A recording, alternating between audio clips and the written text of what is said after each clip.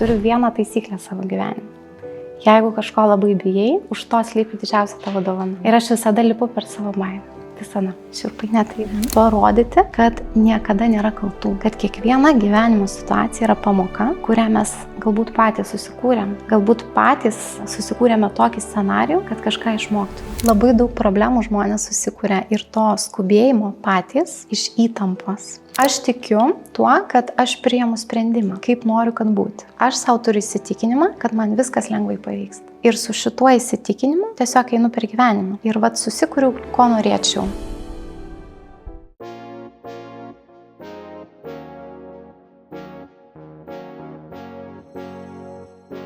Šiandien kalbėsime apie balansą, kuris nėra tobulas. Apie gyvenimą, kuriame telpa ir struktūra, ir nematomi dalykai. Apie moterį, kuri dirba su skaičiais, bet mato ir žmonės, kuri gilinasi į energetinį pasaulį, bet tvirtai stovi kasdienybėje, kuri padeda kitiems keisti įsitikinimus ir tuo pačiu augina vaikus, valdo verslą bei prisiima atsakomybę. Šiame pokalbyje bus apie tai, kaip gyventi keliose pasauliuose vienu metu ir neprarasti savęs. Nothing New podcastų pokalbis su Inga Skardžiukė. Žinai, kartais, kai pati apie save galvoji, neišgirsti iš šalies. Ir kai išgirsti iš šalies apie save, atrodo, biškai čia ne apie mane, atrodo, kaip gražiai skamba, kas ta moteris čia atrodo. Kas ta moteris, norėčiau susipažinti su tai ypatinga moterim, kuri viską sugeba balansuoti. Pristačiau tave taip, kaip matau ir kuo labai žaviuosi, to gebėjimu būti tarp dviejų pasaulių. Ir man šiandien labai yra įdomu pakalbėti apie tai, kaip juos sujungti, kaip viskas prasidėjo, kuris buvo pirmas, ar finansai, ar energetika labiau. Tai pradžia faktas, kad buvo nuo finansų, visiškai nesidomėjau jokių pasaulių, kitų kelių. Kaip ir visi, stojau, mokiausi ir siekiau karjeros, buvau visiška karjeristė. Ir įsivaizdavau, kad tam tikri karjeros laipteliai ir bus mano pačios vidaus realizacija ir užsipildymas. Bet grynai profesinės karjeros. Taip, būtent profesinės. Aš save mačiau tam tikrose pozicijose ir jų siekiau. Ir palaipsniui, kai pasiekiau tai, ko norėjau, supratau, kad mano viduje yra tuščia ir kad kažko trūksta viduje. Ir tada pradėjau gilintis. Aišku, turėjau įvairių sunkumų gyvenimo ir pradėjau ieškoti. Bet o ką turi galvoje, sakydama, kad pajutė, kad tuščia viduje, tiesiog, kad neteikė pasitenkinimo karjeros pasiekimai? Taip, nes man lengva buvo pasiekti tiek studijų metu, tiek karjeroj, buvo labai lengva pasiekti visus laiptelius, kurių norėjau. Ir tas lengvumas mane turbūt ir privedė prie to, kad ta laimė labai lengvai atėjo, bet kai ją atidarai, supranti, kad jinai yra tuščia. Ir kaip ir aplinkai atrodžiau sėkmingas žmogus, laimingas žmogus, o viduje taip. Nesijauti iki galo. Ir kas tada įvyko, kažkoks pokytis, kad atsirado energetinis pasaulis? Tai pokytis įvyko tada, kad, sakau, prasidėjo toks etapas, sunkesnis mano gyvenime ir man prasidėjo panikos atakos. Aš pradėjau psichoterapiją. Apie porą metų dirbau su savimi ir aš mačiau, kad tam tikrus dalykus, vaikystės, galbūt traumas susitvarkiau, bet vis tiek yra didelė kančia viduje. Ir tiesiog pradėjau ieškoti po truputėlį. Ir aišku, daug keliavau, daug mokiausi, ieškojau atsakymų literatūroje ir po truputėlį tos atsakymus pradėjau rasti. Tai vaikystės traumas iš principo padėjo išgyvendinti didžiąją dalim psichoterapiją. Taip. Tai psichoterapija toks tarsi buvo kaip pirmas barjeras į saviugdą, į dvasinį tą visą kelią. Taip, tai buvo pirmas žingsnis į supratimą, kas yra mano viduje, apie emocijas, kad jos iš vis egzistuoja. Nes vaikystėje, kai augau, niekas nesuprato, kas yra tos emocijos. Neverk ir viskas, ne, dažniausiai. Tiesiog, ko tu čia verki, arba nepyk. Man pikta vaik, bet nepyk negalima. Ir visi šitie dalykai mūsų uždaro labai stipriai. Tai va, o būtent psichoterapijos metu aš galėjau atverinėti tas dėžutes ir ten pasipylė įdomybės. Ten atradau labai daug. Būtent turiu galvoje iš priežastingumo, kodėl vienaip ar kitaip dabar yra vienoks ar kitoks elgesio modelis? Taip. Labai daug ar ne to? Labai daug. O ar buvo to pačiu ir įrankis tai išspręsti, ar tiesiog emocijos pripažinimas dabartyje, prisimenant situaciją, čia ir yra sprendimas, kaip tas veikia tau? Aš dabar, kaip aš dabar gyvenu, tai truputėlį kitaip negu per psichoterapiją, kuomet, ar ne, keliavau per tą klasikinę psichoterapiją, nes tenai labiau kapstėmės vaikystėje, prisiminimuose ir tas traumas bandėme iškelti paviršių. Dabar aš į tai nesigilinu, aš truputėlį kitų kelių keliauju, bet iš dalies taip. Bet tas toks buvo pirmas žingsnis, nes man įdomu, mes čia galėsime išlukštent žingsnį po žingsnio, bet nuo ko tas prasidėjo, nes jeigu kažkas klausosi, kur yra užstrigęs žmogus, man norisi, kad jis turėtų tą, žinai, mažiausią galimą barjerą, suprasti, nuo ko pradėti. Tai dažnu atveju, aišku, psichoterapija žmonėm jau toks gana suprantamas dalykas yra, bet visai kitas lygmuo, galbūt kaip tas veikia ir kokiu greičiu tas suveikia, yra hipnoterapija. Kas dabar, kaip suprantu, tavo gyvenime yra labai to daug, tik tiek, kad žmonės ją mistifikuoja. Tai ar daug susiduri su tuo, kad čia aš nežinau, aš čia bijau, čia apie ką čia neaišku, raganystė? Pasidalinsiu savo pradžią. Kai aš pradėjau mokytis hipnoterapijos ir pranešiau mamai, ką mokausi, tai mano mamos akys buvo tokios labai plačios, nes iš senų laikų visi labai buvo pripratę prie to Kašpirovskio, toks buvo hipnotizuojantis žmogus, ar ne, kuris kaip ir sukčiumi buvo laikomas ir yra daugam susiformavę, kad tai yra kažkas manipuliatyvaus, kad žmonės yra paveikiami ir jie yra galbūt išnaudojami ir tai yra labai pavojingas įrankis. Bet po to jau, kai žmonės supažindini, šiek tiek duodi tos informacijos, jie kitaip priema. Bet faktas, kai žmonės ateina pas mane į hipnoterapiją, ypatingai pirmą kartą, kai nepalietė tos hipnozės ir kas tai yra, ateina su nerimu, su labai plačiomis akimis ir visada jaučiantis kažkokius tai nemalonius jausmus. Konkrečiai hipnoterapijos klausimą? Taip. Ar su savimi emocinė būsena? Ne, dažniausiai tai aišku ir su savimi, bet dažniausiai vien tas žodis hipnoterapija jau jiem yra baisu. Jie to nori, bet tas atėjimas jau atrodo, kad kas čia vyks su manim ir su mano kūnu. Man tai, žinai, kas buvo, nes aš esu buvusi pasinga hipnoterapijoje. Man buvo gal tas barjeras ateiti iki šito, kurį perlipau, tai baimė, kad mane užhipnotizuos, kad aš nebūsiu savim.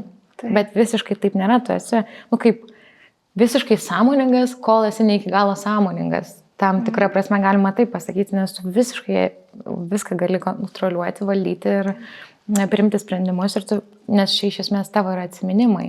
Tai tu nepradingsti kaip žmogus tame ir niekas tavęs nepavers kitu.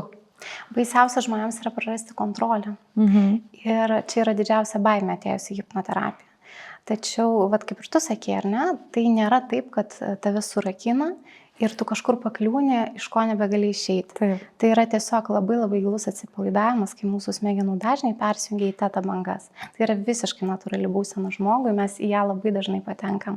Patenkam prieš užmiegant arba prieš nubudant, ten yra vos kelios sekundės, kuomet mes persijungiame, mūsų dažnis persijungia smegenų.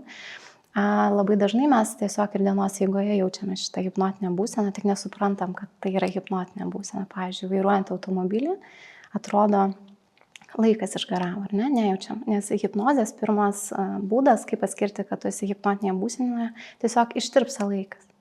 Arba, pavyzdžiui, vaikas, kai žaidžia, yra susifokusavęs į kažką ir tai yra hipnotinė būsena, nes jam ištirpsta laikas. Tuo metu jo smegenų dažnis yra persijungęs. Tai yra visiškai natūrali mums būsena. Arba ištirps laikas, arba būna, kad neatsimeni, kaip nuvažiavai. Tai čia tas tiesiog yra momentas. Tai labai netaip ir baisu atrodo. Visiškai natūrali būsena yra mums. Kad labai tą barjerą nors man sumažinti, kad žmonės patirtų naudą hipnoterapijos apskritai kaip dalyko. Tai jinai pas tave gyvenime atsirado prieš kokią 10 metų, ar ne, kad jau pradėjai praktikuoti? Hipnoterapija atsirado prieš 4. Prieš 4. Prieš 10 metų aš pradėjau dirbti aplamai su emocijomis, su garsų terapija. Pradėjau gilintis, mokytis ir jau darbas su žmonėmis pas mane vyksta jau 10 metų. Hipnoterapija atsirado prieš 4 metus Ir niekada nesakyk niekada, bet aš sakiau niekada nedirbčiau su hipnoterapija. Nu, čia kažkas visiškai ne man. Taip. Bet aš labai tikiu ženklais. Ir mano gyvenime ženklai mane nuveda visada tiesiausių kelių. Ir tiesiog vieną naktį susapnau sapną ir tiesiog tie ženklai man buvo kažkokie nesuprantami. Ir aš pradėjau ieškoti. Turi galvoje kaip kažkokie simboliai? Taip, panašiai.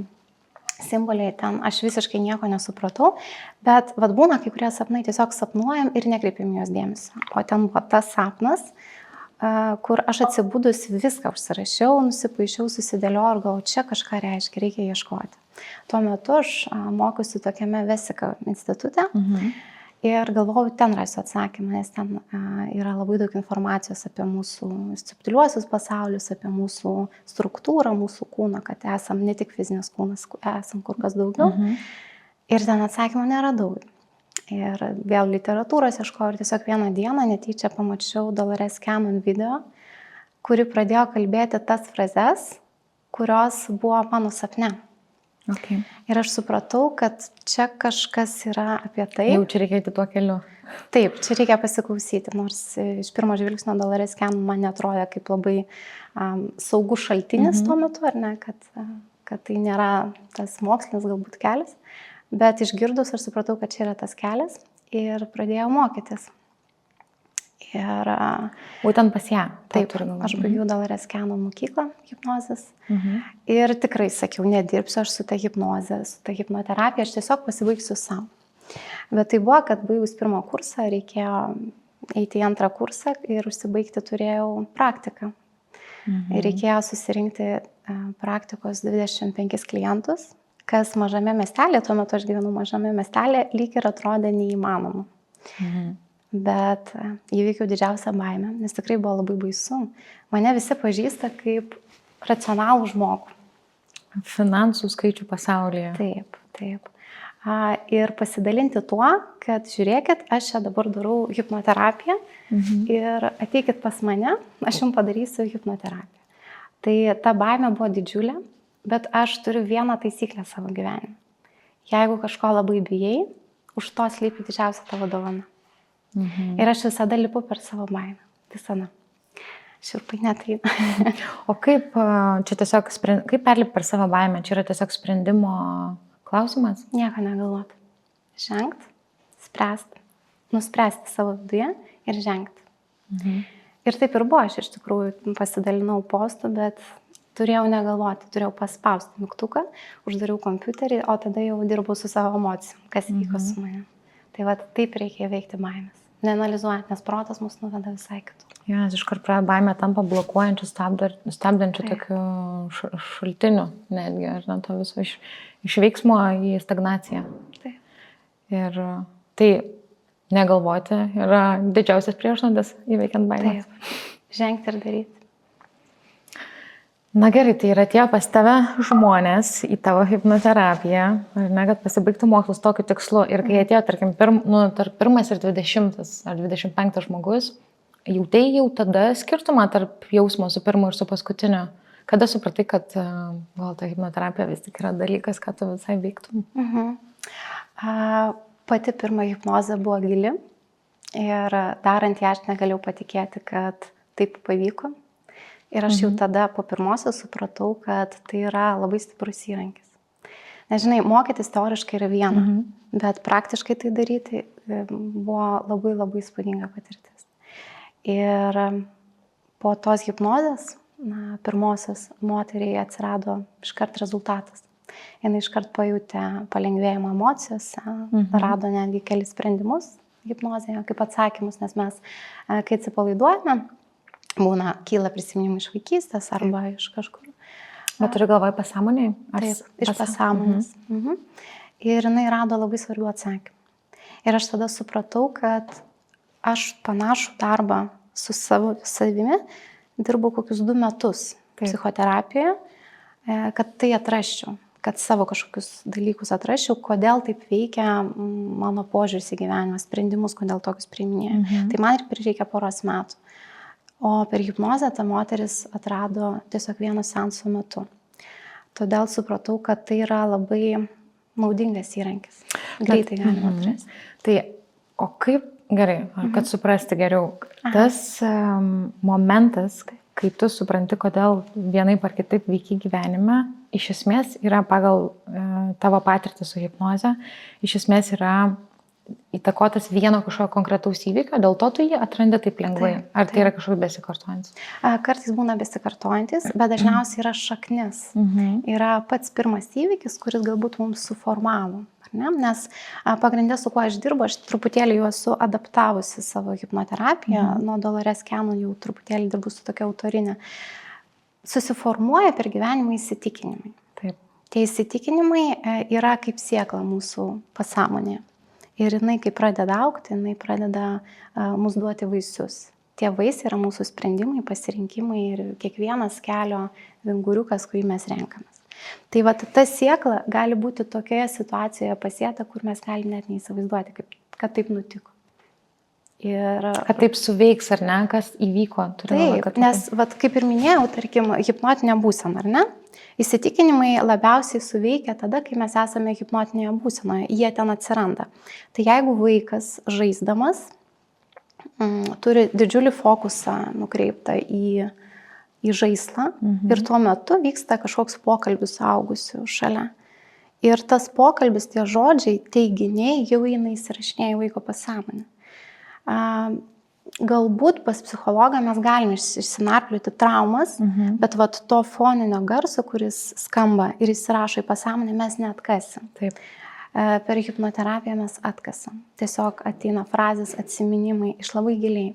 Protas tuo metu mūsų neužspaudžia, neblokuoja ir iš pasąmonės kyla atsiminimai. Ir tai būna labai dažnai. Čia kažkas panašus kaip koks periferinis matymas, ne? Taip. Vat vaikų atveju. Ir tiek. Tai labai šiaip įdomiai veikia, netaip atrodo, netaip mistifikuoti, kaip paaiškinė, viskas yra vis tiek čia yra mūsų viduje, mūsų smegenyse veikiantis tam tikri procesai, tik tais kaip greitasis traukinys ar ten greitasis lėktuvas kažkoks tiesioginis nukelia tave į situacijas, iš kurių tu gali pasimti savo pamokas ir daryti tos sprendimus ar pokytį. Bet realiai pas tave klientai, kurie ateina tavo, dažniausiai jie turi tam tikras problemas. Ir jos kokio pobūdžio yra įmanoma sugrupuoti, kad tiesiog žmonės išgirdę galėtų galbūt asocijuoti save su viena iš tų problemų, galbūt ir taip neatrasti tos pagalbos, tai kad truputį, žinai, kokiais profiliais žmonės ateina ir paskui pereisim į tai, ką jie ten sprendžia. Aišku. Dažniausiai būna kelios sritis, ar ne? Tai pirmoji būna netektys, kuomet žmogus netenka artimųjų. Mirtis ir gedėjimas, labai sunkios emocijos. Tai čia yra viena kategorija, kurie tiesiog nenori ne tai, kad atsikratyti prisiminimo apie išėjusį artimąjį, bet to skausmo nebejausti viduje, nes jis labai dažnai būna nepakeliamas. Ir jis gali tęstis daugybę metų. Tai va, tai čia yra ta viena kategorija, kita kategorija labai šiuo metu yra aktyvus su panikos atakomis. Tai mes ieškome priežasčių panikos atakom, kodėl jos kyla ir kaip iš to išeiti. Ir dar būna dažnai labai irgi įvairios nepasitikėjimas savimi, mitybos sutrikimai. Tokios pagrindinės didžiausios tendencijos, ar ne? O su panikos atakom, nes pavyzdžiui, aš esu turėjus nerimo atakas, bet jos man prasidėjo gal man 32 metų. Ir tiesiog dėl to, kad atrodo, bent jau aš susijau dėl to, kad ten yra kažkoks asmeninio gyvenimo pokyčiai, ir ten verslo kažkokie pokyčiai, ten daug krūvio, atrodo tarsi toks iš persidegimo pasiekia jau tą stadiją, kai nervų sistema neatlaiko. Bet iš to, kaip tu dirbi, ar esi pastebėjus tendenciją, kad iš esmės, kad tai yra tiesiog tiksinti bomba, kuri nuo kažkurių daug ankstesnių prisiminimų iki šito ėjo. Čia taip yra? Taip. Vat įsivaizduoju, kad mūsų kūnas yra tarsi sistema, ar ne? Vat indas, mūsų kūnas yra indas. Ir natūraliai mūsų visa energija, jinai cirkuliuoti turi nuolatos. Taip. Ir nuo vaikystės, galbūt paauglystės kažkas nutinka ir mes truputėlį save pradedame spausti. Su panikos atakomis dažniausiai būna taip. Vat klientės pavyzdį papasakosiu. Gerai. Atėjo klientė, kuri labai daug siekia, labai sėkminga moteris, labai daug visko daro ir turi labai didelį savęs spaudimą, kad jinai būtų tobula visose srityse. Ir jinai patiria panikos atakas. Ir mes einant į hipnoterapiją, gilin, nuėjome iki tokio prisiminimo, kuomet jinai namo turėjo grįžti ir parodyti mamai pažymių knygelę. Ir jeigu ten yra ne 10 ir ne 9, mama klausia, kodėl. Ir jinai įtampą pradėjo jausti panašiai kokių 12 metų. Ir tada jinai toje sistemoje pradeda save stabdyti. Iš viršaus tarsi kaip dangtis užsidaro, spaudimas savęs. Spausti save, būti geresnei, o ta energija pradeda taip nebecirkuliuoti. Energija tai žmonės gal kartais netaip supranta, vadinkime emocijomis, ar ne? Kaip kiekvienas suvokia tą energiją. Ir tas mūsų indas, įsivaizduokit kaip spragėsi, kurie pradeda sproginėti, o dangtis yra užspaustas, nebetelpa. Tiesiog nebetelpa visa tai, visos tos emocijos, kaip aš turiu pasiekti, ką aš turiu padaryti, turiu būti geresnė, nes pasąmonėje mama bars, jeigu aš nepasieksiu labai daug. Ir ta visa spragėsių dėžutė, jinai sprogsta. Viskas į visas pusės tada jau tik spėk rinkti. Jo. O pagrindinis taškas ir priežastis gali būti aktyvuota prieš 20 metų. Bet tai čia, aš kartais pagalvoju žmogui, kuris neieško atsakymų tokių, neanalizuoja, praktiškai neįmanoma autentiško gyvenimo gyventi, nes tu gyveni iš traumos. Taip. Neišsisprendi niekada. Tai tokie specialistai, kaip tu ir su tokia sritim kaip tu, tai čia yra tiesiog gyvenimą keičiantis žmonės vieni kitų gyvenimuose, kas yra labai įdomu.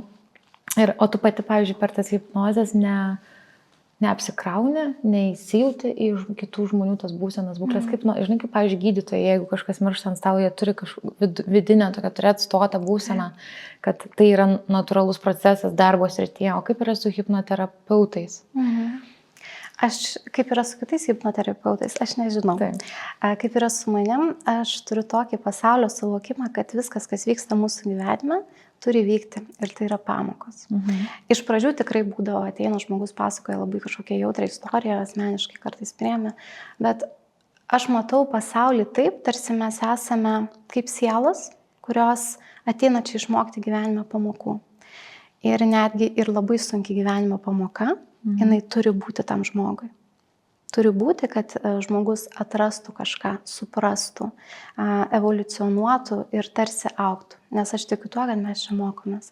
Todėl, kai žmogus atsisėda ir pasakoja kartais tikrai labai sunkia savo gyvenimo istoriją, aš į tai žiūriu kaip į pamoką to žmogaus ir kaip aš galiu jam padėti iš to išeiti.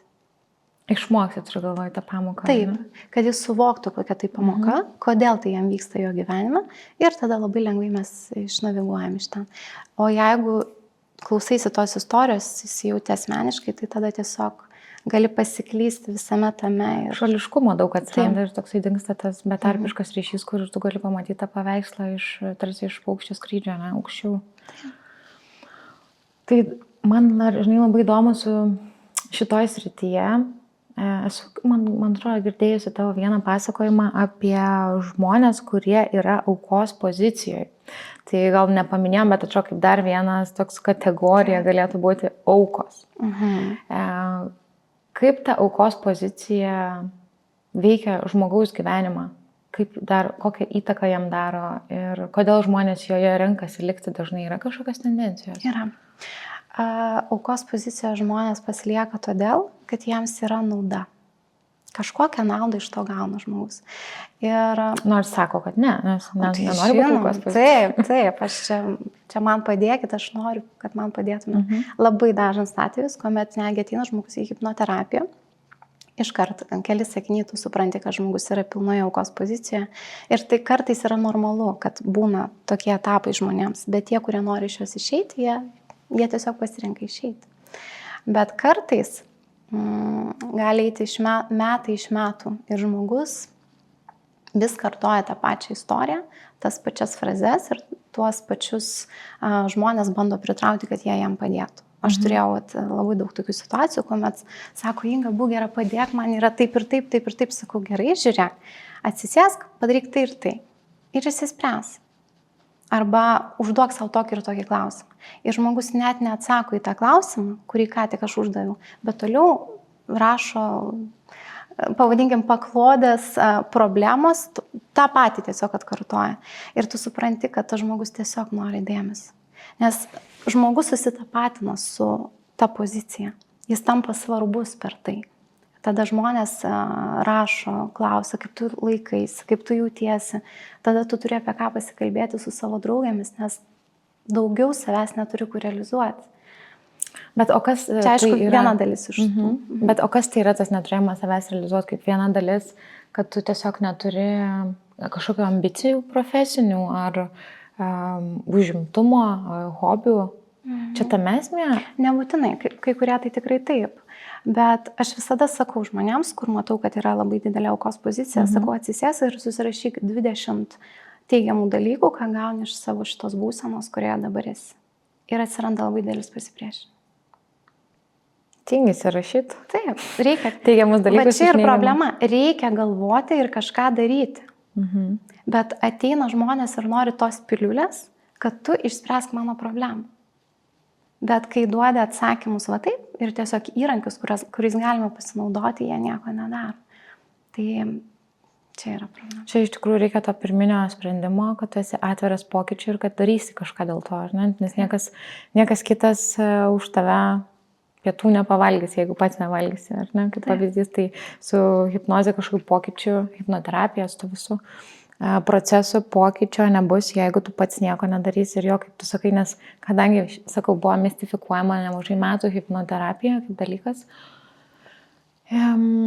tai va tas magic piliulė, stebuklinga piliulė iš tikrųjų ir atrodo, kad čia tiesiog ateis, man kažką įdės į mintis naują kodą ir viskas pasikeis, bet iš tikrųjų taip nėra. O santykių kontekste, romantinių, tarkim, santykių, jeigu žmogui labai sunku susirasti antrą pusę, pavyzdžiui, yra buvę situacijų, kur būtent per hipnozę tas yra išsprendžiama, kodėl tu negali būti santykyje. Taip, būna labai dažnai atrandamas toks įsitikinimas, pavyzdžiui, kad santykiai atneša skausmą. Nes, pavyzdžiui, matė vaikas, kad tėvų santykiai buvo labai sunkus ir nelaimingi, ar ne? Arba įvairūs, kad, tarkim, santykiai mane pribos. Santykiai kažką atneša neigiamą. Arba labai dažnas dalykas, kodėl moteris, tarkim, nesukuria santykių, nes jinai nori būtent tokio vyro. Bet pasąmonė yra įsitikinimas, kad, tarkim, visi vyrai, tarkim, yra neištikimi, ar ne? Iš vaikystės. Nes mama yra kelis kartus pakartojus. Tik aišku, jokiais būdais nekaltinkim visi mamų, nes dabar eis ir visi sakys, ar ne? Jo, kaip pavyzdys. Ir tada ta moteris prie savo realybėje tiesiog nebeprisileidžia tų vyrų, kurie būtų šeimyniški, ar ne, šeimos žmonės. Tiesiog tas įsitikinimas taip veikia mūsų aplinką, kad jinai pastebi tik tai tuos, kurie turi polinkį neištikimybę. Ir taip jinai vis pasirenka ir taip nesukuria santykių, nes vis ateina tas vyras, jinai pamato, kad yra kažkokia situacija neištikimybės ir jinai keičia, kitas atsiranda. Ir jinai nesupranta, kodėl taip vyksta. Ir būtent per hipnoterapiją mes atradome priežastį, pakeitėme, nes buvo įsitikinimas. Visi vyrai yra neištikimi. Ir tą įsitikinimą hipnozės metu mums pavyko apversti. Nes radom priežastį, pakeitėme. Per situaciją iš esmės radot kažkokią? Taip, būtent buvo situacija, kuomet mama buvo labai suskaudinusi santykiuose dėl neištikimybės vyrų. Ir viskas mes pakeitėme. Ir galbūt kartais keistai skamba žmonėms, kad pakeitėm kažkokį įsitikinimą, ar ne, ir keičiasi mūsų realybė. Bet tiesiog jos energetika pasikeitė, jos energetinis laukas pradeda pritraukti kitokius žmonės. Dabar čia įdomu tokia palėtė dalį apie energetinį lauką. Aš esu skaičiusi ne kartą įvairioje mokslinėje literatūroje, kad tai nėra vien tik tais, kaip irgi mistifikuotas dalykas, tai yra faktiškai prietaisais pamatuojamas dažnis, ar ne, tas energetinis laukas, vibracijos tos. Ir man yra, tarp kitko, vienas žymiausių Lietuvos medikų, kuris dirba net su olimpinė rinktinė, sakęs, kad viskas yra energija ir energetika ir žmogaus kardiogramą darant, galima būtų ją daryti 1,5 metro atstumu nuo širdies ir viską lygiai taip pat užfiksuoti tik mums dedam, tarkim, pacientam medikai deda viską ant kūno, kad neatrodytų taip neįtikėtinai. Nes kai ant kūno pridėta, prisiliečia, tai atrodo, kad tikrai ir pamatuoja, nors įmanoma ją per tokį atstumą.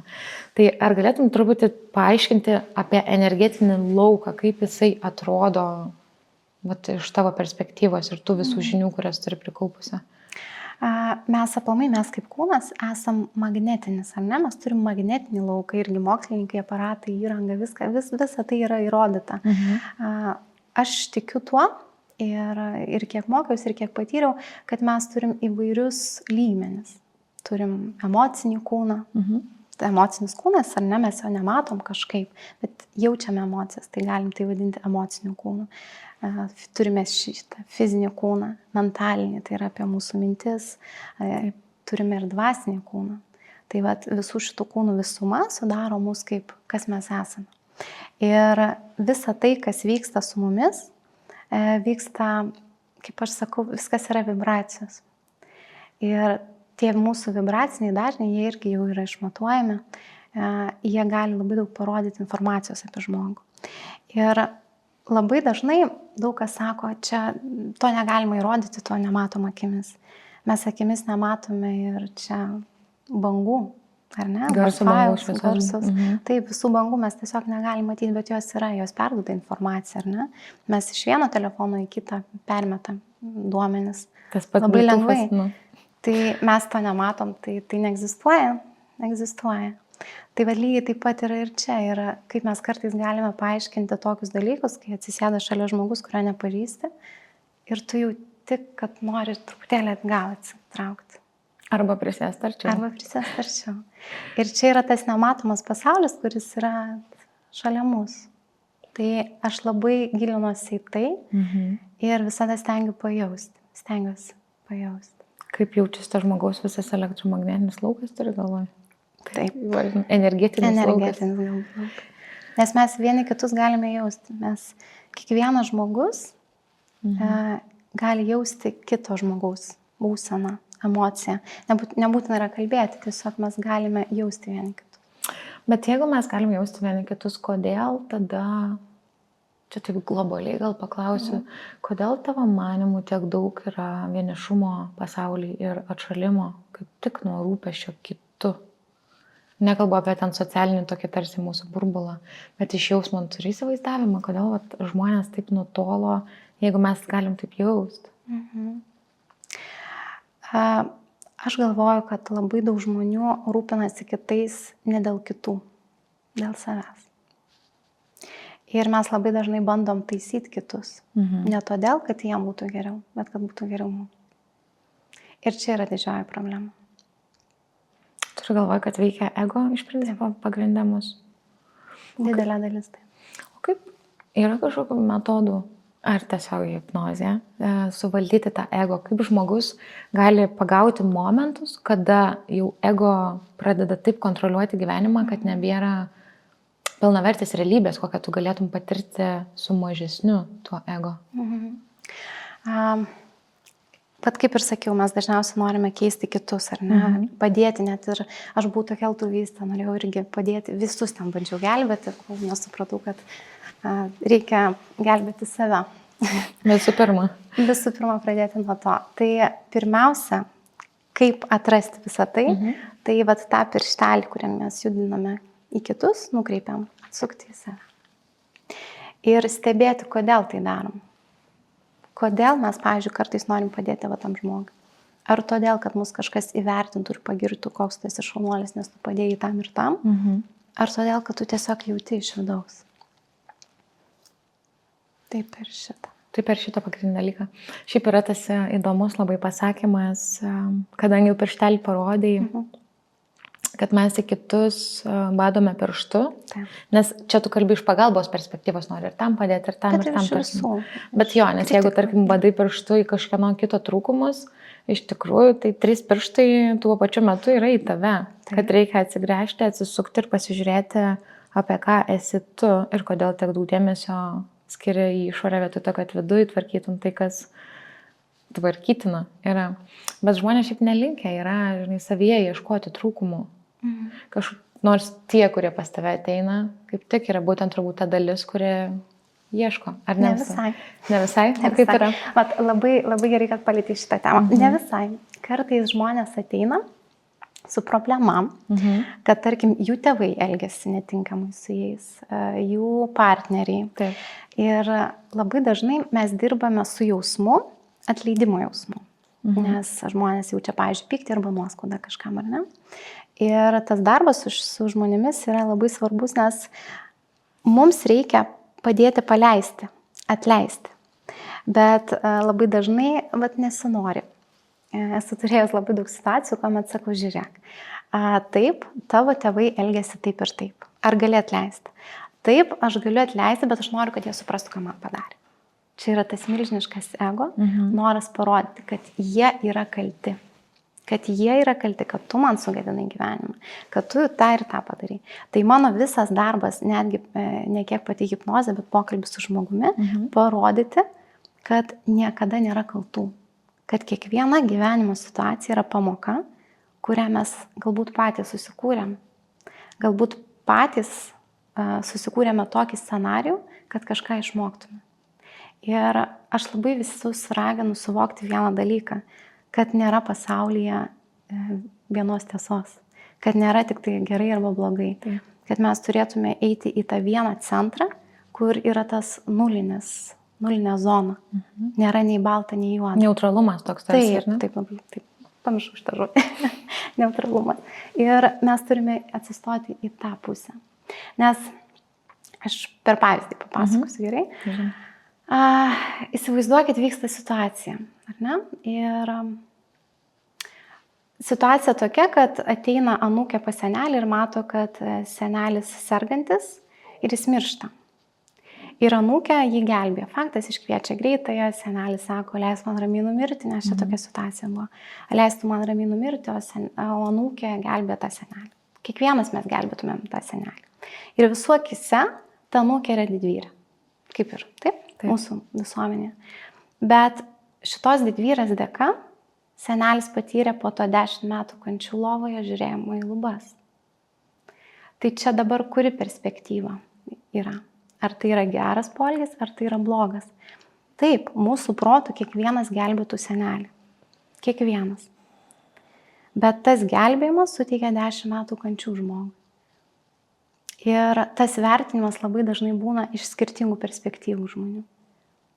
Todėl, kai kažkas su mumis negražiai pasielgia, mes turėtume nekaltinti, o žiūrėti, kodėl tai vyksta, ką galim iš to išmokti ir kur galim save pakreipti.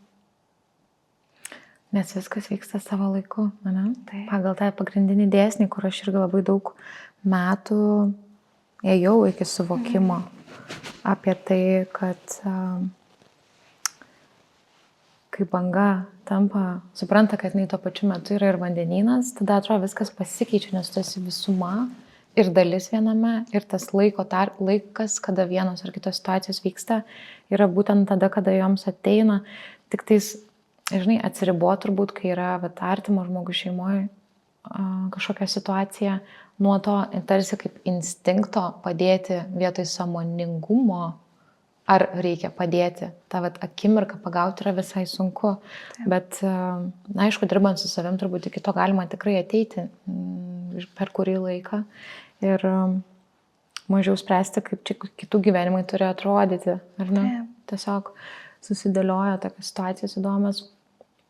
Bet iš tikrųjų labai gerai įžvalga, kad reikia akimirką sustoti ir pagalvoti, kas bus iš to, ką aš padarysiu, dėl ko aš tai darau, čia va šitos ar ne įžvalgos pagrindinės, kokia yra priežastis ir koks mano jausmas, kuris veda į elgesio modelį, Taip. Į situaciją, kurioje esu, į aplinką, kurią turiu, kad tie visi pagrindiniai dalykai, kurie mane supa, mane formuoja, ar jie transformuoja mane į tai, kuo aš noriu būti. Žmonės tau tų kontrolinių klausimų, aišku, nėra, kad būtų labai linkę užduoti. Nėra atsakymai kažkaip lengvai randami į juos. O atrodo tokiuose dienose, kur bėgi, leki, vis daugybę įvairių darbų, užduočių, tas savirefleksija, man atrodo, kaip dar viena iš užduočių. Nors turėtų turbūt būti kaip tik prioritetas. Ir kaip tu minėjai, apie tai, kad visų pirma reikia savim pasirūpinti. Tai man, žinai, aš nemažai skraidau ir man dažniausiai primenanti šitą dalykas yra būtent lėktuvai, dėl to, kad man labai pakeitė požiūrį, nes aš, žinai, kaip būna lėktuvuose, sako, jeigu uždėkite deguonies kaukės pirmą savo, po to vaikui. Ir aš kaip mama, dar prieš 6 metus, aš niekaip nesuvokiau, koks tėvas galėtų, kokie tėvai galėtų visų pirma neuždėti vaikui vien instinktyviai, kol tos kaukės ir tada tik tai savo, kol atėjo vieną dieną suvokimas apie tai, kad kaip tas vaikas gyvens ir išgyvens, jeigu tėvai neišgyvens kartu, iš principo. Dėl to norisi saugoti suaugusią kaip šaknį ir tada dedi, jau suteiki pagalbą visų pirma savim pasirūpinęs. Tai tas labai, toks man labai pavyzdys išgryninęs, žinai, kaip atrodo tas jausmas rūpesčio savim. Aš pradžiu pagalvoju apie save, tada galvoju apie kitus. O kaip yra tavo šiaip gyvenime, kadangi šalia hipnozės, hipnoterapijos, visos veiklos, kabalistinių analizų dar irgi galėsim šiek tiek apie tai pakalbėti, nes labai įdomus mokslas, jeigu tai galima pavadinti, kuris dar, kaip pasakyti, nėra tiek daug apie jį žinoma. Tai, manau, bus visai įdomu klausytojams išgirsti, bet kaip tau išeina subalansuoti, nes vis tiek finansų valdymo įmonės valdymo dalis tavo gyvenime, tu turi kiek 50 klientų, jau daugiau, kurių finansus valdai ir paties įmonės savininkė, įkūrėja, tuo pačiu turi šeimą, asmeninį gyvenimą. Kaip tarp tokių 3 sferų tų žongliravimas vyksta, žinai, ar tas gyvenimas toks tobulas, viskas subalansuota, ar būna ir tokiam super žmonėm bangų ir kaip tu jas įveiki, čia tas gal tikslas yra labiau. Bangų būna ir tai yra visiškai normalu. Ir tos emocijos, kurios kartais sukyla, aš irgi kartais jaučiu nerimą. Tai yra visiškai normalu, kai mes turim atlikti labai labai daug funkcijų, ar ne?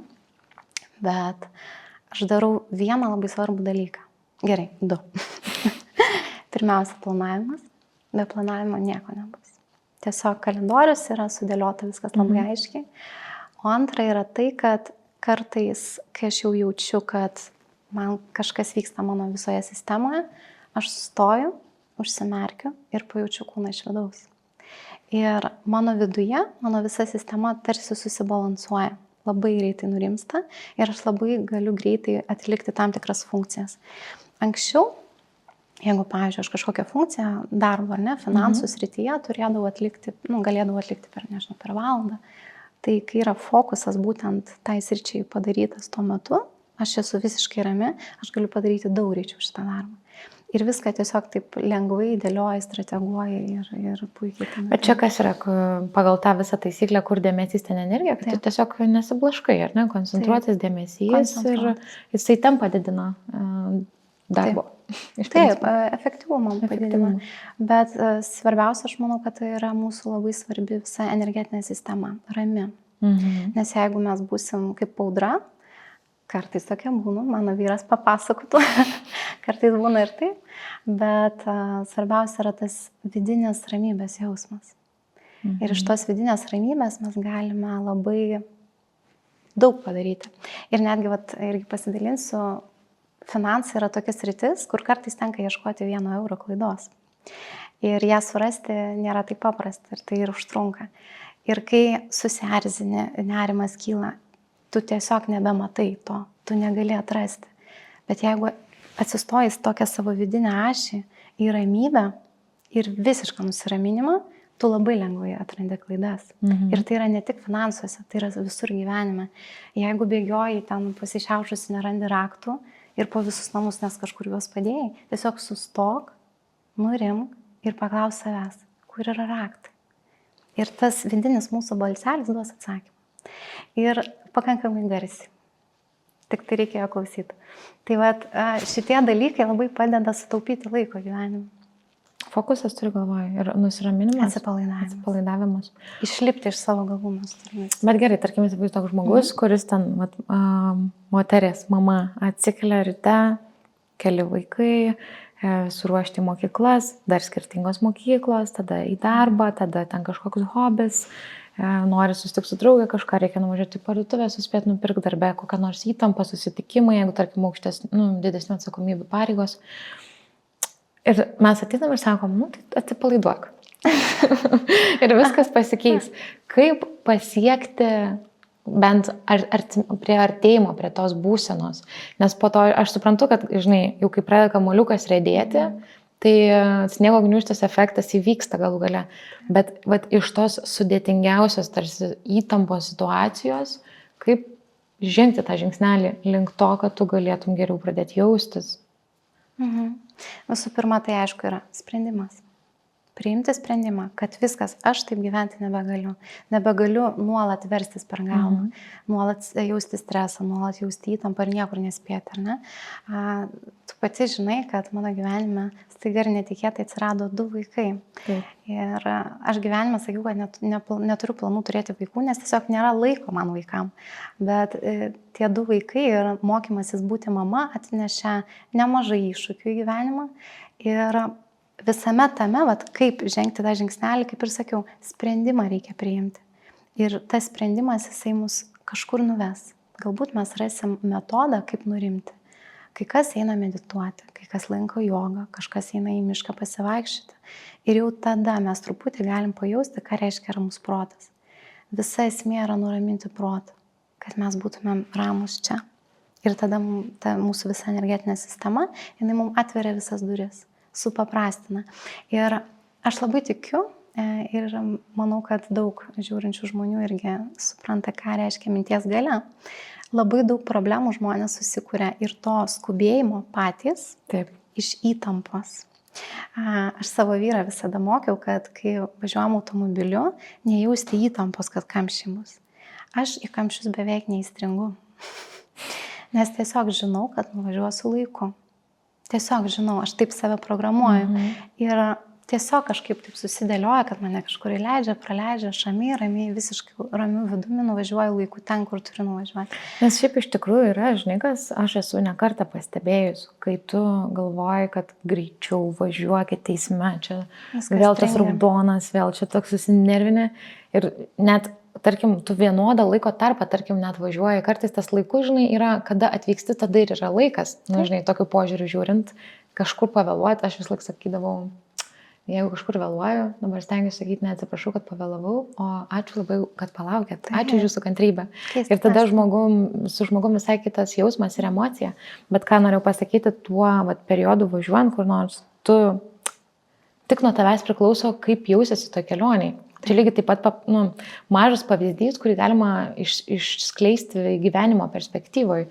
Ar tu visą laiką įtampoje, strese, nerime važiuosi per tą gyvenimą keliausi, ar tu priimsi, kad taip kaip yra, taip turi būti, kaip aš galiu savo padėti tame.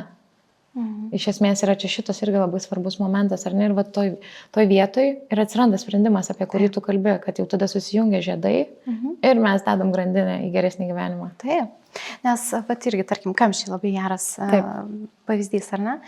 Aš galiu nuspręsti, ar aš kelsiu savo streso hormoną iš nerimo, iš pykčio, iš streso, kad čia dabar kažkur pavėluosiu, ar aš galiu priimti sprendimą, žinai, aš dabar paklausysiu knygą tuo metu.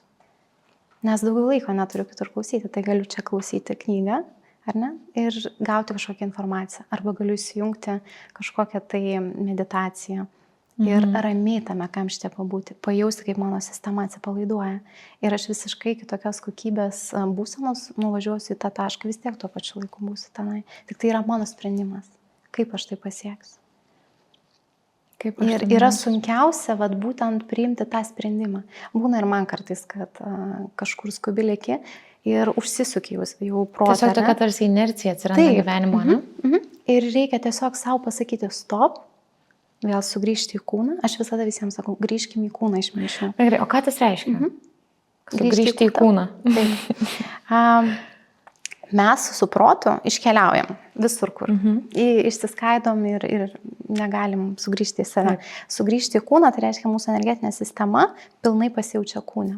Sugrįžti į kūną mes galim per 5 pojūčius. Skonis, kvapas, garsas, lytėjimas arba vaizdas. Man veiksmingiausias yra per lytėjimą, per kūno pojūtį, tai vat, kaip mes dabar sėdim, galime įsivaizduoti ir dėmesį visą perkelti, vat, kaip nugara liečiasi prie atlošo. Ir tuo metu, kai mano dėmesys yra toje zonoje, mano visa energetinė sistema nurimsta. Mano protas, ne mano visų, kurie tai daro, tiesiog atsipalaiduoja, mūsų mintis nustoja ūžti. Ir visas pusės, ar ne, kaip tie popkornai iš indo išsibarstę. Ir jautresni žmonės, empatai ypatingai, iškart labai jaučia, kaip tarsi kažkoks toks fukšt ir atsileidžia viskas. Tai vat, čia yra pats geriausias dalykas. Tai reikia sugrįžti į kūną. Taip, net pavyzdžiui, jeigu vairuojam automobilį, ar ne, ir jau jaučiam, kad kyla kažkas pyktis ar zulys, nes čia nespėjam, tiesiog liečiat vairą ir stebėkit, vat, delnas kaip liečiasi prie vairo, bet koks pojūtis, visą dėmesį nukreipiam. Aišku, geriausia yra užsimerkti tuo metu, nerekomenduoju vairuojant, bet visas pojūtis nueina į lytėjimą ir mūsų mintis atsipalaiduoja. Ir šiek tiek kelias sekundės tai pabuvus, palaikius arba ten ranką ant kojos uždėjus ir laikant dėmesį čia, mūsų visa energetinė sistema pradeda balansuoti. Man žinai, kas dar veikia, va, šitam lytėjimo momentui, sugrįžti kūną, vanduo iš krano. Nes gaunasi, kad ir tau liečia, bet ir dar yra šalčio šilumos pojūtis. Taip, lytėjimas. Toks sensorika, taip, bet lytėjimas šitas labai gerai. Dar ir garsas nuo vandens būna, dar ir šitas pojūtis. Tiesiog, bet čia irgi žiūrėk, turi sąmoningai tą daryti. Taip. Nes tu gali stovėti po dušu, ar ne, tau, tarkim, tu jau visiškai nejauti to vandens, tu tiesiog suki smegenis ir galvoji, koks ten susitikimas, ką tu turi padaryti, tokios ir tokios problemos ir tu net nejauti, net nepasimėgauji. Bet jeigu tu sąmoningai sustabdai save ir priemi sprendimą, kad dabar aš dėmesį perkeliu į kūno pojūtį, koks yra malonumas, kai tavo kūną liečia vanduo. Didžiulis iš karto iščiui prisiminimo jausmas, vos galėtų būti pasąmoniai. Bet žinai, kas yra, man yra buvus tokia situacija, mano psichoterapeutė. Kažkada manęs paklausė, kai aš sakiau, aš jaučiuosi, kad nieko nedarau, bet aš nuolat pavargus. Tarkim, atvažiuoju ten dieną pas ją, pirmadienį, būtent tą dieną, kur nieko tikrai nedarai. Bet vis tiek viduje tas perfekcionizmo kažkoks kritikas, ieškotojas, galvoju, kur dar neužtenka, dar reikia daugiau. Tuometinis, kurio aš ačiū Dievui, su kuriuo susidraugavus ir mes juokaujam apie gyvenimą, bet tuo metu aš atvažiuodavau pas ją ir sakau, aš nieko šiandien atrodo, jaučiuosi lyg nieko nepadariau užtektinai. Lyg nieko nedariau, bet aš jaučiuosi tokia pavargus, aš nesuprantu. Ir jinai man labai gerą kontrolinį klausimą uždavė, kuris man pakeitė irgi požiūrį į daugą. Ką jūs, Marija, veikiat, kol važiuojat, pavyzdžiui, iki manęs? Tai lygiai tas pats, kas duše. Nes aš kol važiuoju, nors jeigu, tarkim, iš kažkokio, tarkim, laisvalaikio į kažkokį laisvalaikį, bet mintyse sukasi mintis, kad aš nieko nepadarau, aš ten nieko nedariau, aš ten nieko nespėjau, nieko nesusiplanavus, arba niekada negana kažką daryti.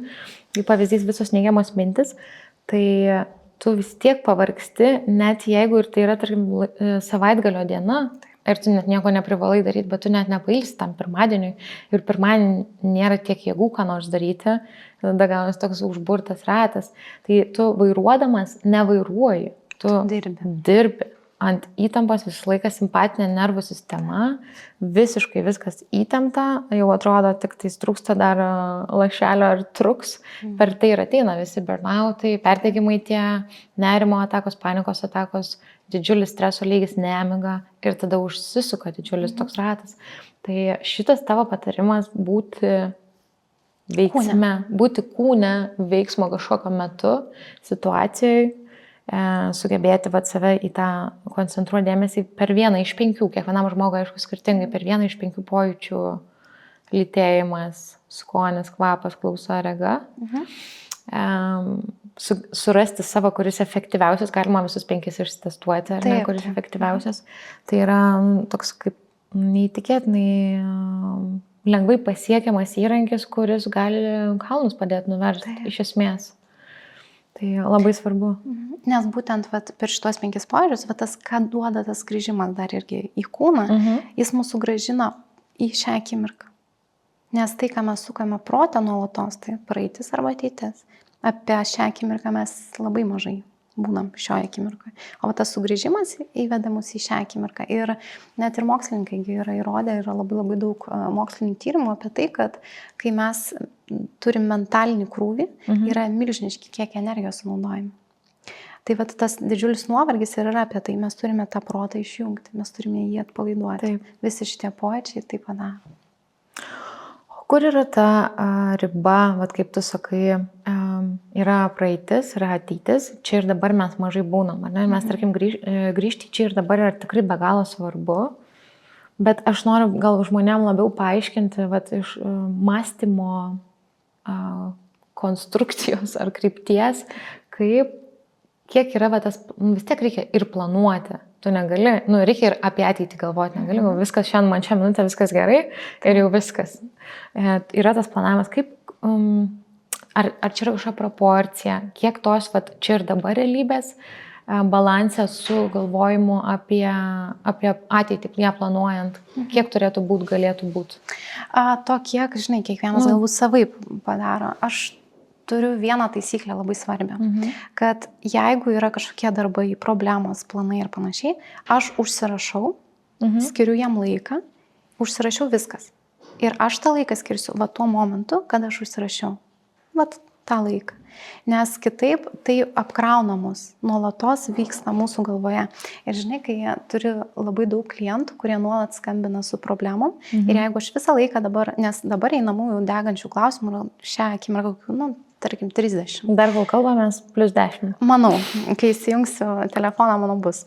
Tai jeigu aš nuolatos suksiu galvą apie tai, tai, manau, prisidaryčiau labai daug sveikatos problemų ir nerimas būtų panašiai. Bet tiesiog susirašai, tiesiog atlaisvini galvą, atlaisvini mintis ir tu prisėsi prie to ir tu tai padarysi. Bet aš visada sakau, aš pastresuosiu tada, kada tam bus laikas. Tai iš esmės užrašymas nuima įtampa nuo dabarties momento. Taip, netgi labai paprastas dalykas, kartais, žinai, nupirkti vaikui darželį, nežinau, kepurytę. Jeigu aš to neužsirašiau, tai nuolat suksis mano galvoje, kad aš to nepamiršiu. Nupirkti. Jeigu aš tai užsirašiau, viskas. Aš tai padarysiu, kada tam bus laikas. Čia toks kaip saugiklis suveikia. Aš tiesiog nukraunu energiją, nukraunu nereikalingą mintį nuo savo galvos.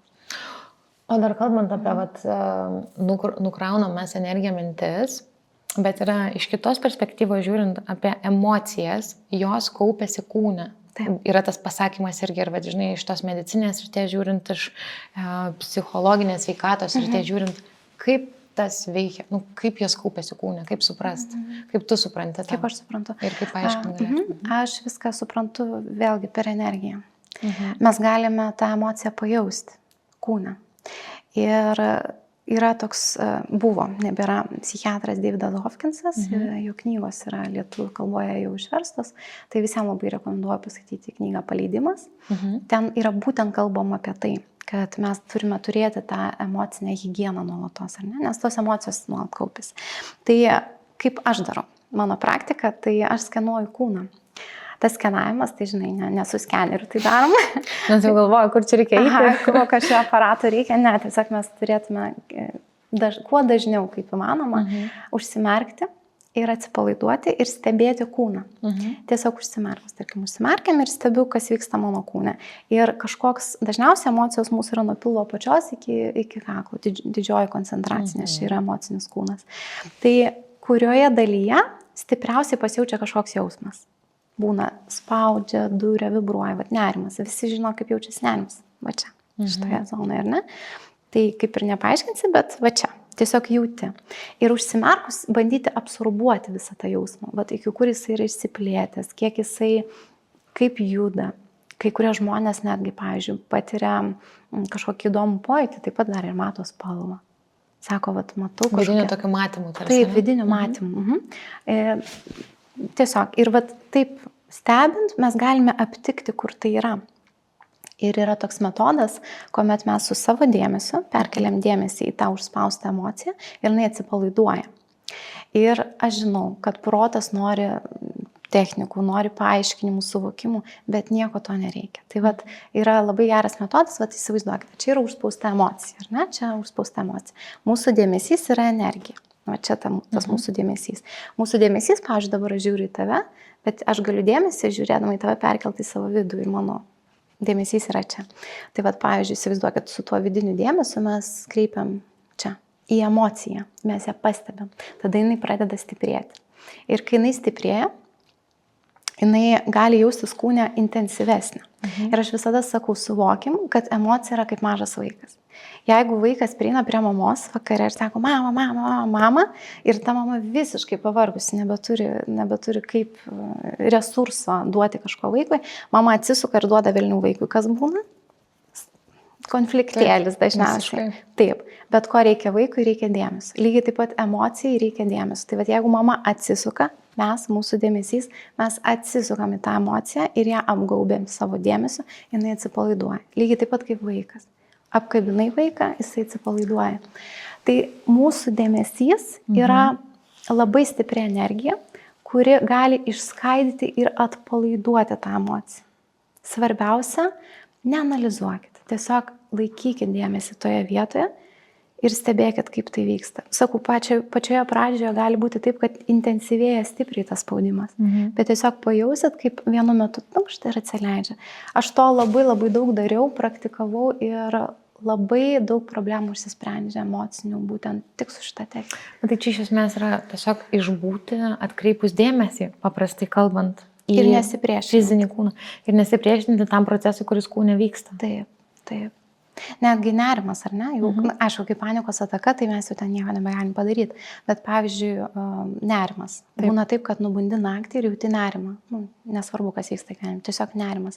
Tai irgi, pavyzdžiui, kaip aš darau, užsimerkiu, atsipalaiduoju ir stebiu, kur tas nerimas. Ir aš jaučiu jį tiesiog. Ir turiu neprotų galvoti, kas čia kaip ir panašiai, bet tiesiog stebėti ir jausti.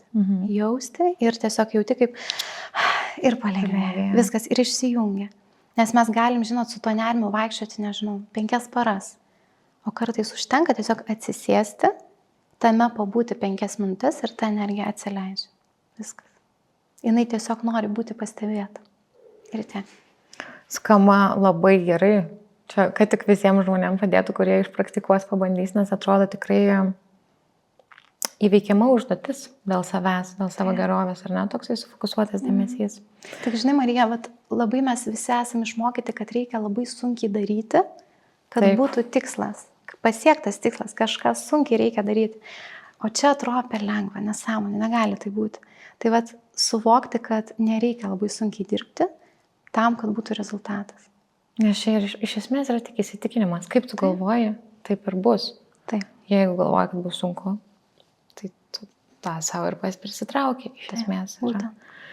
Man šitas įsitikinimas vienas iš pačių įdomiausių buvo, kuriuos galėjau paneigti savo gyvenime. Pakeisti, tiksliau nepaneigti. Gal suprast, nes tas... O tu šiaip tiki manifestaciją? Labai.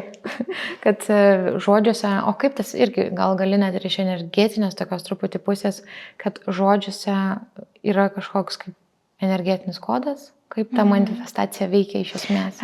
Ne tik žodžiuose, aišku, žodis yra be galo galingas.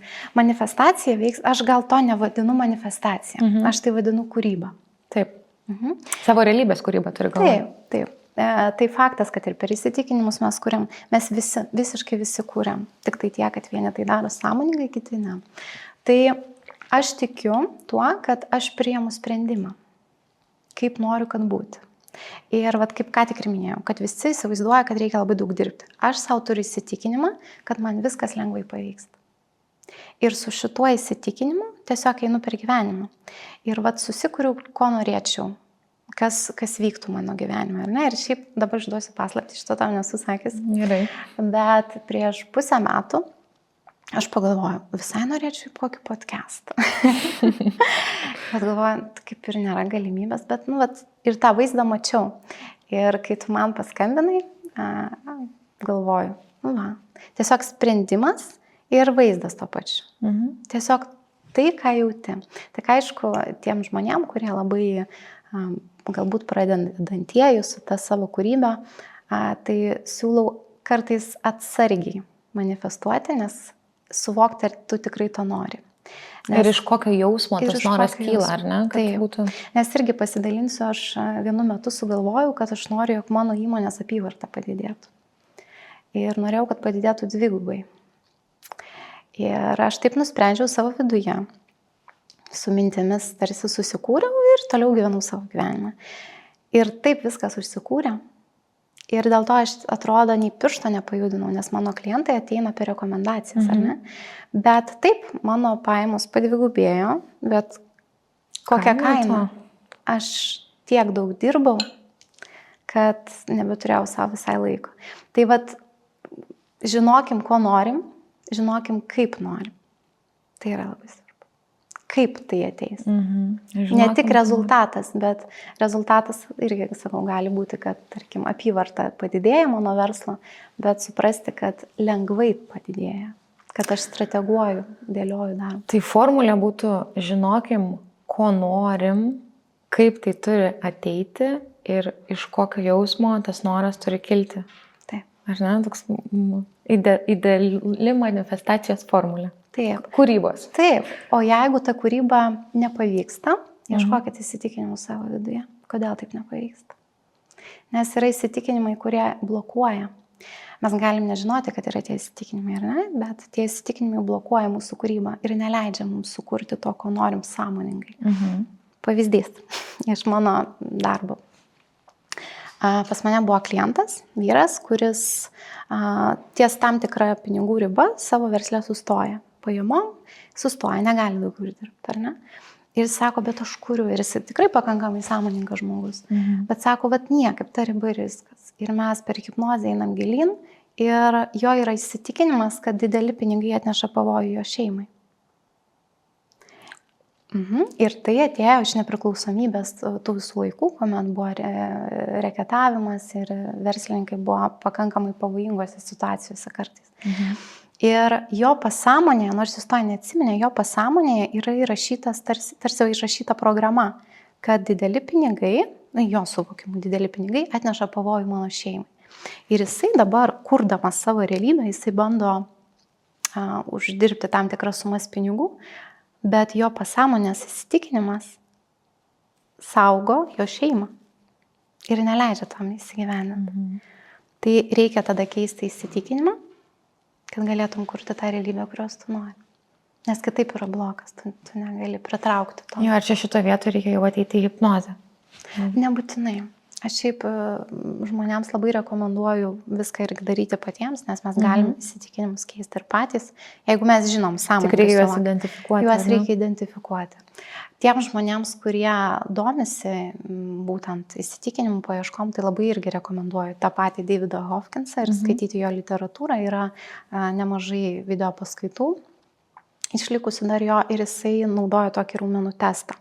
Tai būtent pasigilinti galėtų žiūrovai ir... Raumenų testas. Raumenų testas, taip.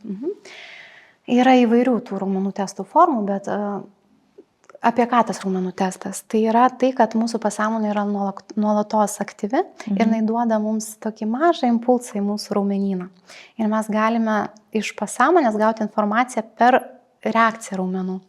Ir tarkim, mes pasakome teiginį, kuris yra tiesa mūsų pasąmonėje, tai pasąmonė tokį vos sustiprina mūsų raumenyną, tokių mikro impulsų. Labai panašiai veikia kaip melo detektorius, ar ne? Nes melo detektorius mums yra prijungiami davikliai ir kai žmogus meluoja, yra tokios mikro reakcijos. Tai va čia labai panašiai veikia, tik jokių laidelių nejungi prie savo kūnų. Tai va, tai... Tiesiog pasąmonė. Taip, ir tiesiog testuoji. Tai kaip tas veikia gerai, kaip reikia testuoti? Kaip ir sakiau, raumenų testų yra įvairių rūšių, aš visada siūlau žmonėms tiesiog atsistoti, kad kojos būtų klubų plotė, būtinai prieš tai atsigerti vandens, nurimti, nes tik atbėgus, žinai, iš sporto salės po kardio nereikėtų tą daryti, bet ramia sistema užsimerkti, gali pakvėpuoti ir pasakyti teiginį. Pirmiausia, per vardą, patikrinti. Pavyzdžiui, aš esu Inga. Ir mūsų kūno raumenynas turėtų tokį tarsi nesvarumo būseną, šiokia tokia būna, ir vos pasvirti į priekį. taip yra atsakymas. Jeigu yra taip. Jeigu yra taip, mes šiek tiek pasvirsim į priekį. Tiesiog taip raumenynas sureaguoja.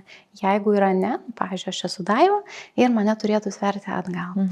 Visada šitą taikau per hipnoterapiją ir visada, kai parodau šitą žmonėms, jie taip sėdi pas mane ant sofutės, tokia šypsenėlė šiek tiek. Bet kai patys pabando, jie nustemba. Kiek tai jaučiasi, ar ne? Taip, ir tai yra mums visiems duota. Tai yra įrankis duotas mums natūraliai visiems, šitas kūnas. Ir per kūną mes gaunam atsakymus. Tai tiesiog susirašyti labai daug įsitikinimų ir juos sakyti. Ir jeigu užsimerkus atsipalaidavus. Viskas vyksta kojos pečių plotyje, užsimerkia, atsipalaiduoji, pasitestuoji savo vardo kontrolinį klausimą, iš pradžių pasakai savo vardą, po to ne savo, kad pajaustum taip ir ne jausmą. Ir tada gali jau įsitikinimus savo mintis, kurias užsirašė sakyti. Ir siūlau ne tik iš proto sugalvotus įsitikinimus, ar ne? Vat, pavyzdžiui, aš ten negaliu būti gera mama, nes taip galvoju, ar ne? Bet ne, tiesiog sakau, galite naudoti dirbtinį intelektą ir pasakyti, man yra tokia yra problema ir sugalvok 50 galimų įsitikinimų, kurie gali tai įtakoti. Tam, kad tik tai tavo protas neveiktų, nes mūsų protas neatkasa tiek daug. Taip. Ir ten gausi didžiulį sąrašą ir testuotis reikia. Ir tada taip mes galime atkasti. Dar vienas labai svarbus dalykas, įsitikinimai kartais būna kelių hierarchiniai, ar ne? Tarkim, hierarchija yra. Ir kartais mes galim patraukti vieną įsitikinimą, bet ta sistema nesikeičia. Tai reiškia, yra giliau. Ir kai mes paliečiam šakninį įsitikinimą, kuris yra viso ko pamatas, dažniausiai pasirodo ašaros. Kaip pats savo, jeigu vienas savo žmogus tai darys, gal nebūtinai tos ašaros pasirodys terapijoje visada. Jeigu yra šaknis, žmogus pravirksta, pats nesuprasdamas kartais. Čia toks tarsi kaip emocijų paleidimo, kad tu prisilieti prie to, kad atkreipi dėmesį į tai ir tau išlaisvina. Iš esmės ašaros dažnai tas būna palengvėjimas. Ar ne? Ir dar yra labai svarbu tai, kad jeigu mes mastom, kad pas mus yra kažkoks įsitikinimas, nebūtinai tai yra tiesa. Įsitikinimas dėl įsitikinimo. Taip. Kartais ateina moteris, sako, žinai, 100% pas mane yra toks įsitikinimas. Sakau, patikrinam. Galim net netikrinti, tikrai taip yra.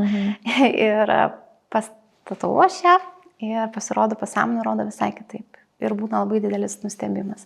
Nes kartais protas truputėlį mus apgauna. Labai įdomios mintis, labai daug įžvalgų ir informacijos, kuri atrodo tokia, žinai, iš teorijos nuleista į praktiką, ką žmonės gali pasiimti, pasižiūrėję čia mūsų šitą pokalbį, tai aš esu labai už tai dėkinga. Gal dar kažkokį padrasnimo žodį ar patarimą tiems, kurie svarsto ar eiti į hipnoterapiją, galiu pasidalinti, kad tas barjeras atrodytų mažesnis. Tai aš galiu tik tai pasakyti vieną dalyką, kad visada galima padėti pačiam savo. Bet kartais, kai mes patys dirbam su savimi, mes linkę savo meluoti. Tai jeigu norit išgirsti ne tik tą saldų melą, tai reikia pasižiūrėti į savo pasąmonę. Ir vien dėl to yra verta ateiti, pabandyti, nes tos mistikos ten tiek, kiek mes esame įpratę girdėti, jos ten beveik nėra. Tai tiesiog labai linkiu visiems nustoti meluoti savo ir pasikapstyti pasąmonę. Tikrai labai vertingas tas palinkėjimas, nes jisai yra išlaisvinantis. Ar ne? Žingsnis į priekį dėl savęs, savo ir su savim, lydint specialisto, nebūtinai, yra įvairiausių specialistų apskritai sąmoningume. Tai yra turbūt geriausia dovana, kurią gali žmogus duoti savo, dėl to, kad tai atveria naujus kelius. Ir svarbiausia, kad atveria galimybę autentiškai gyventi savo gyvenimą, o ne iš konstruktų, kuriuos mes matėm savo vaikystėje, augdami, būdami, kažkaip formuojami ir ribojami. Tai tuos apribojimus, įsitikinimus, tikrai labai daug visko palėtėm, man be galo įdomu su tam kalbėti, bet noriu, kad informacija tiesiog susigulėtų ir tiem, kas klausosi, kad nebūtų per daug. Tai tikiuosi naudosit Ingos pasiūlytus, pasakytus patarimus, sugrįžti į savo kūną, nukreipsi dėmesį ten, kur reikia, atrasite savo ašį ir išsirašę įsitikinimų sąrašą galėsite patikrinti, kurie iš tikrųjų veikia jūsų gyvenime, o jeigu reikės pagalbos, tai turim nuostabią specialistę čia šiandien, tai ačiū tau labai. Ir aš turiu dar dovaną nuo Her Own Alone komandos. Aš žinau, kad esi klientė mūsų prekinio ženklo, bet dovanos stiprina draugystę, tai mes labai esam dėkingi už tavo skirtą laiką ir duodu dar vieną kūrinėlį į rankas, tik apkabinsiu. Ačiū labai tau už laiką. Dėkui tau labai. Labai malonu buvo.